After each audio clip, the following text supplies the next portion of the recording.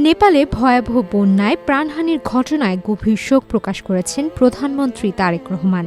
সংকটময় মুহূর্তে নেপালকে যে কোনো প্রয়োজনীয় সহায়তা দিতে বাংলাদেশ সরকার প্রস্তুত বলে জানিয়েছেন তিনি।